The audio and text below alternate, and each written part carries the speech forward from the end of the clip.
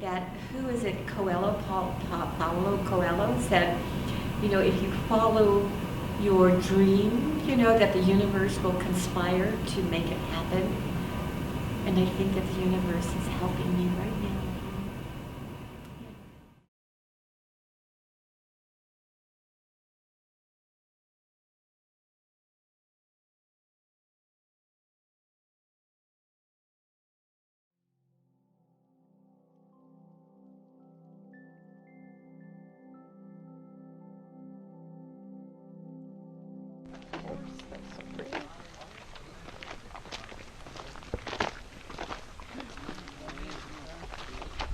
Hola.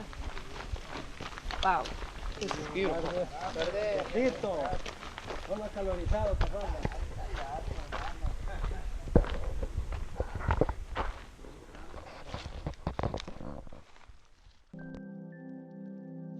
Es un líquido vital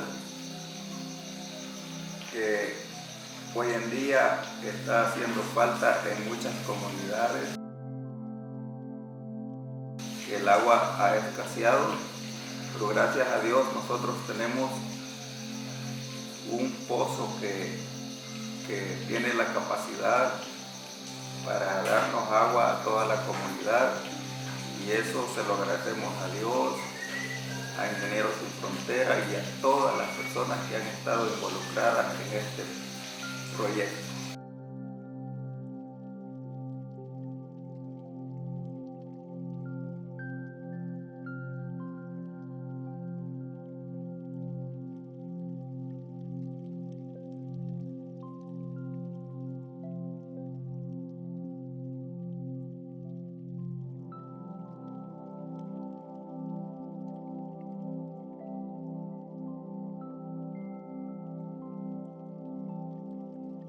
So La Criba is a small mountain community in rural El Salvador. It's about 700 people, mostly farming.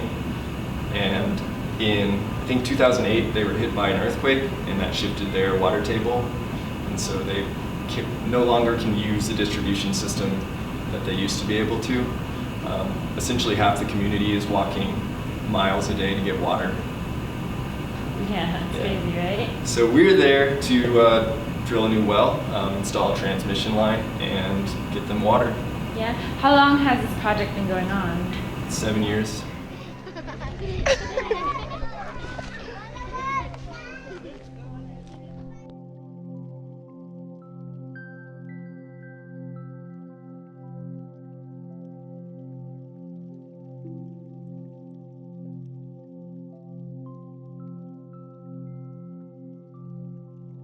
Porque yo sufro con el agua. Yo voy lejos, lejos a lavar.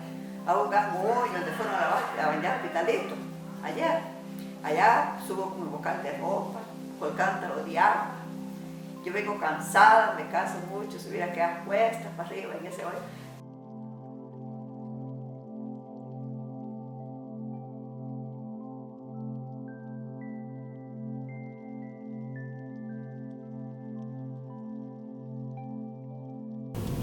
So the project really starts after the application process, and once that project is initiated, the work is just started. The initial work alone, just planning, doing surveys on the land, geotech surveys, making sure that the project is sustainable both environmentally and for the community.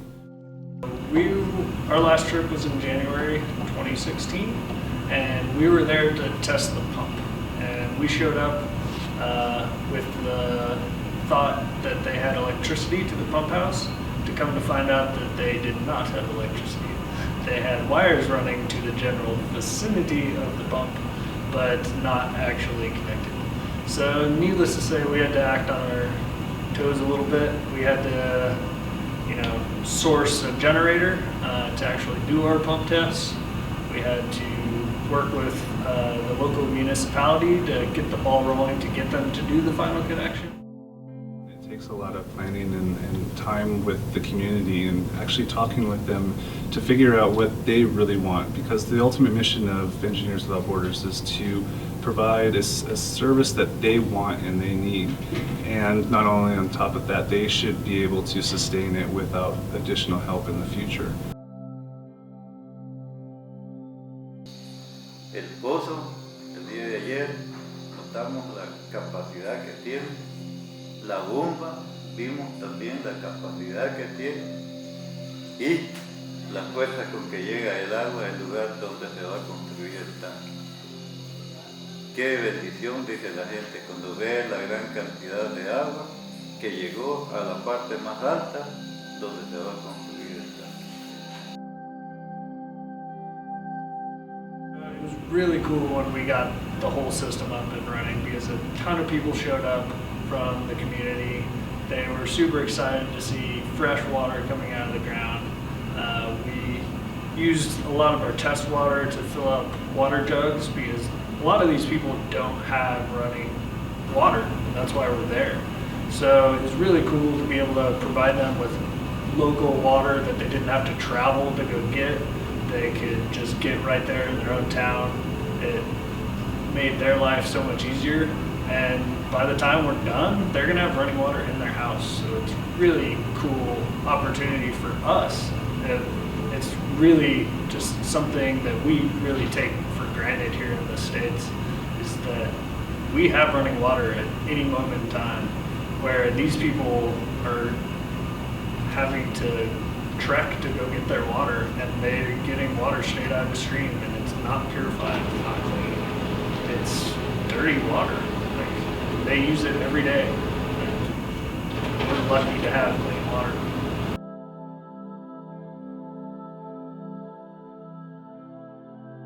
So now we've got everything installed, and mostly we are just onto the training phase.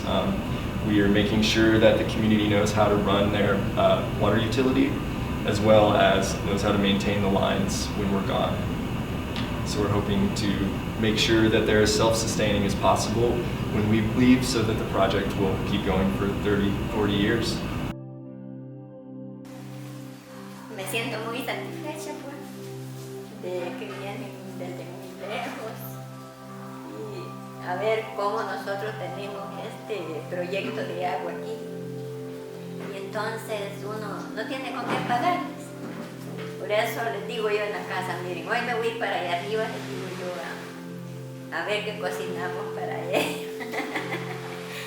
y espero que todo lo que uno prepara les guste, que no les vaya a hacer daño, porque como no pueden comer cualquier cosa igual que uno aquí. Tell me something about yourself. My name is Chris. I like El Salvador. Pupusas are delicious.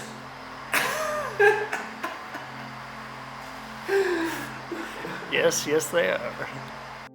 So my name is Jordan Gartner, and I'm a civil engineer major. My name is Ian Huber. I'm a mechanical engineer. I'm Neil Sullivan. I'm a chemical and biological engineering major. Yeah, my name is Wes. I'm a junior studying mechanical engineering at CSU. And My name is Callie Campbell, and I'm a second-year master's student in civil engineering. My concentration is groundwater engineering. So my name is Eli McPherson. I'm the financial officer, or one of the two financial officers for the club. My name is Peter Field. My major is mechanical engineering. I'm a project lead for La Crica, El Salvador.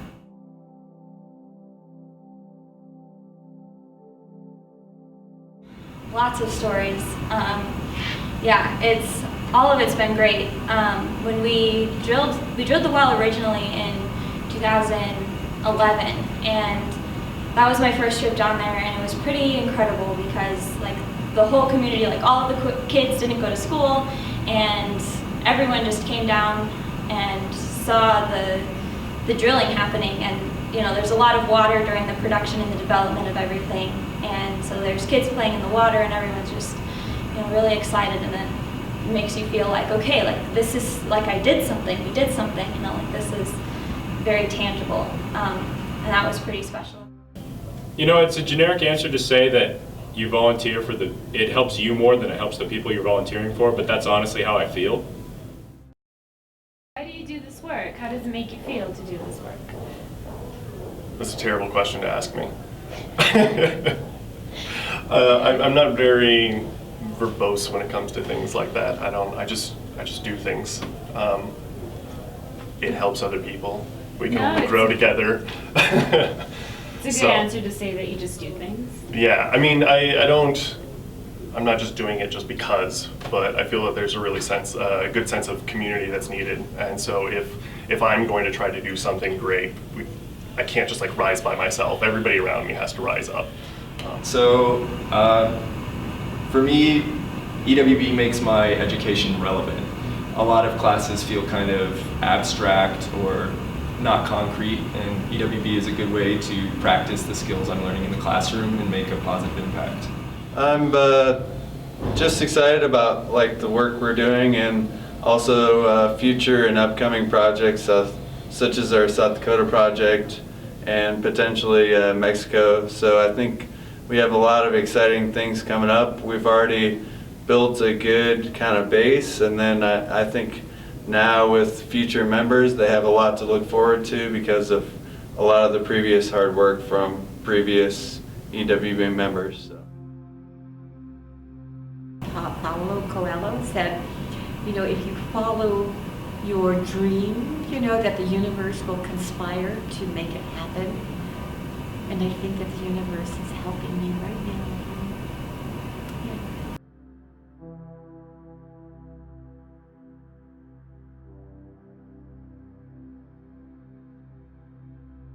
Pine Ridge is a reservation for the Oglala Lakota tribe up in South Dakota. What we've always been doing in the past is we kept looking overseas to see what kind of problems they have. But sometimes we don't realize that the problem is right there in our backyard. And you know, that's why I said they call us the invisible people or the silent ones, because they choose, maybe the average American, I don't know, chooses not to see or to hear about what's going on in their own backyard, because then they have to look at how it came to be. And sometimes that's too painful. Yeah. So the big goal is to move everyone out of their inadequate FEMA government housing back into their ancestral homelands. So the problem is they have land, but everyone's just living in cluster housing, and the conditions are not good. When I went to visit her, I mean, eventually the floor where the refrigerator was sitting caved in, and her refrigerator just went through the floor. She only had electricity in the far back of the trailer, so she had many extension cords going to the front of the trailer. But I'll tell you what, she lived in such abject poverty. Unfortunately, poverty is a huge problem. Many of them don't go to school, and they get involved with drugs and alcohol. So that's the part of the community that we want to help lift up. Yeah. So we have to start the project from scratch. So right now there's nothing there. We do have some materials that Brian Deans already has, like he has a sawmill, so we know that there's lumber. And if we're talking about an earthship, then there's already tires that we can collect from, basically scrap tires from everywhere. And we figured out that it'll probably take about a year to design the actual building, and then hopefully by next spring we'll be able to break ground and start building, hopefully. Well, you know, Brian Dean is the name of the young man, and that's his vision. And his vision is to have something where he can have people from his community come. It will hold, it'll have a kitchen, it'll have a meeting room, it'll have small classrooms, it'll have a library, but it's also a place for the elders to go and to sit and drink coffee and maybe have a meal. Yeah. And he's, he wants to build some, small places around it, like homes, small cabins or something for probably just maybe one or two people who don't have a home, which I think is really admirable. Yeah, so we're going to build a community center, hopefully out of tires, earth, a lot of passive solar. So we want to build trust within the community, and by building this community center, I think it's a good first step to bring the community together. They can have meals together, they can have discussions together, activities. Oseri also plans to have a kind of a vocational school. So the long-term goal here is basically to get, to live Kristen and Alyssa's original goal of getting as many people as we can out of the government housing and onto their own land with their own houses that they can maintain without the income, because they don't have much income generally. So again, ideally these will be made out of non-traditional materials rather than concrete and steel basic buildings. And that was when I said, oh, I need to do more than just try to build a house for somebody. So now we go up and try to establish homesteads, help them establish homesteads.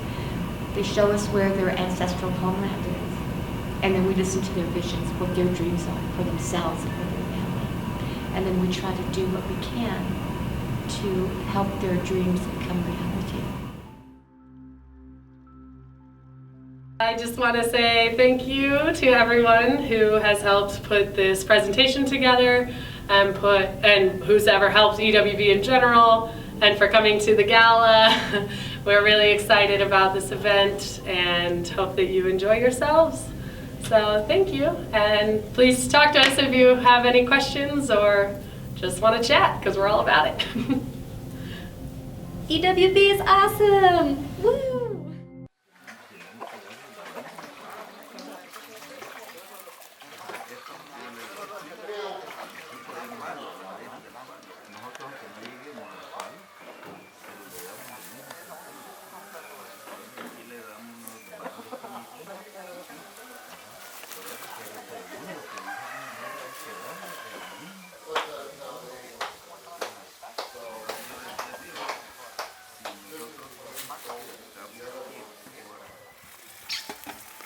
Whoa!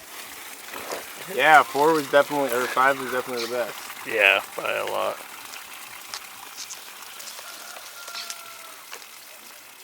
That was hardly even entertaining. Can't believe I recorded that.